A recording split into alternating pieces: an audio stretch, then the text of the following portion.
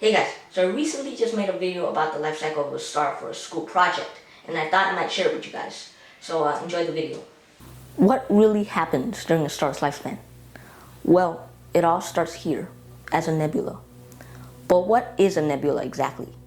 A nebula is pretty much a dark cloud of dust and ionized gases.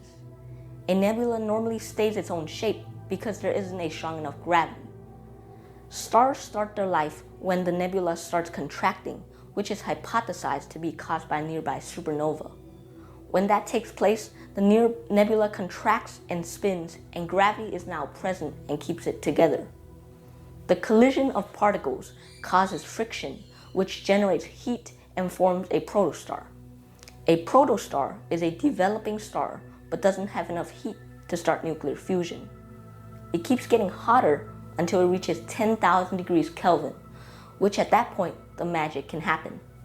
Nuclear fusion starts to take place, and lighter elements such as hydrogen can form helium, which can form into even heavier elements. This produces energy in the form of heat pressure, which opposes gravity and keeps the system balanced with an equal inward and outward forces. Stars contain approximately 92% hydrogen gas, 7% helium gas, and 1% heavier elements. Low-mass stars are about 6 times the mass of the Sun and below.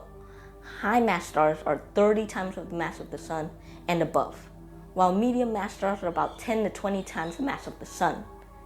In the star's core, 4 hydrogen atoms can combine to form 1 helium atom.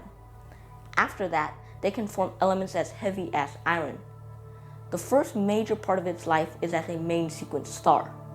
Low-mass stars like our Sun can last about 9 billion years as a main sequence star, while high-mass stars last about 4.8 million years during its main sequence stage. The reason for this large time difference is because the high-mass stars consume way more energy than its smaller counterparts. As the star gets older and older, it will eventually get low on its supply of hydrogen fuel.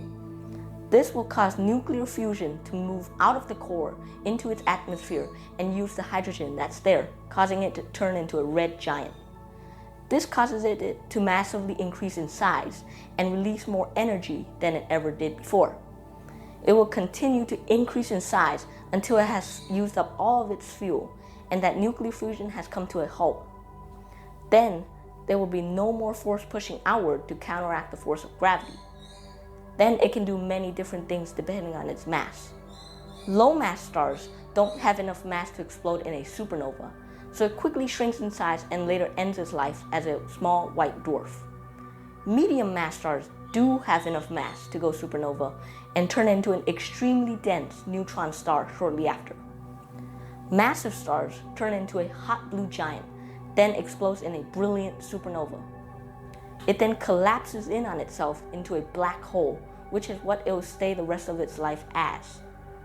Supernovas produce many types of elements, some even denser than iron, which is what only stars can produce. It then spreads these elements throughout the entire universe.